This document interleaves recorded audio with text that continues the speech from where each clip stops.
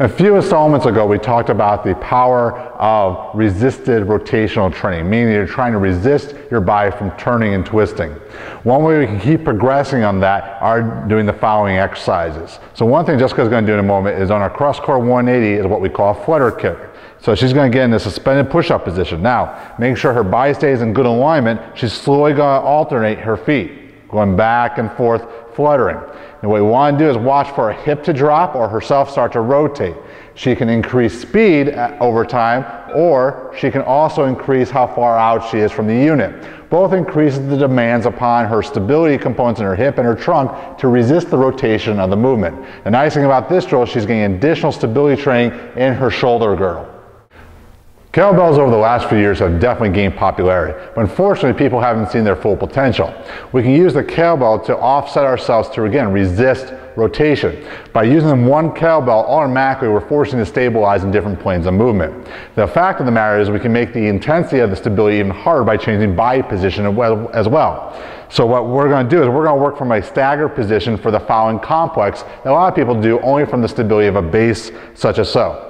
So what Jessica's going to do is she's going to do a clean squat press all from a staggered position, which requires her back heel to be elevated the entire time, her right leg to be her stability leg. So let's go and see it, Jessica. Nice. And what you're looking for is for her to remain perfect symmetry as she performs the lift.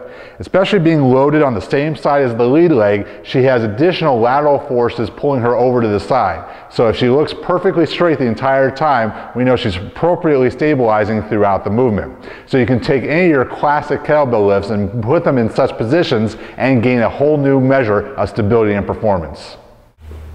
The great thing about being in a suspended position, it allows us to take any of our typical drills and take them to the next level in as far as performance and stability demands. Being on one leg is going to force her standing leg to really gauge in the ground. She's going to really root in by locking in her feet. She's going to lock her knee out and really have to stabilize those glutes.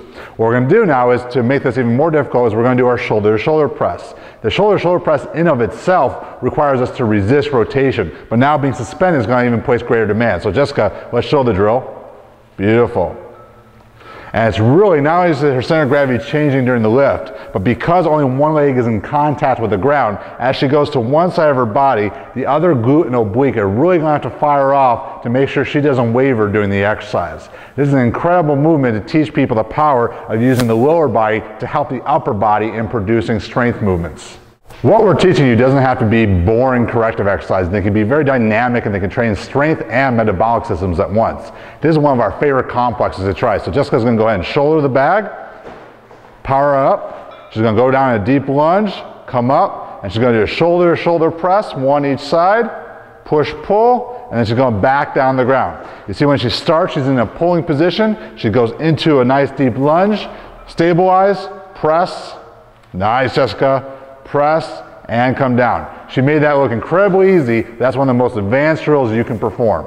The great thing about all the training implements we're showing you today are they're amazingly accessible to anyone from an elite athlete to a general population person, and you create so much versatility within the movement patterns themselves. One thing we're going to do is hook our ultimate sandbag up to the CrossCore here. We're going to begin in our drive press, going side to side. So this almost becomes an extended leverage here. So as Jessica presses out, it increases the stress on her abdominal region. So going to one side to the other, she has to resist the rotation of the bag. She can make this harder by extending out how far the bag is and how level she is in relation to the ground. We can also change it by going into a staggered stance. So now there's going to be far more load through the back leg as she drives up. You want to remain completely symmetrical as you perform the exercise. You want to see a push down to one side and a pull down the other. This really tenses up the oblique area and the glutes to make sure that you can remain in proper alignment.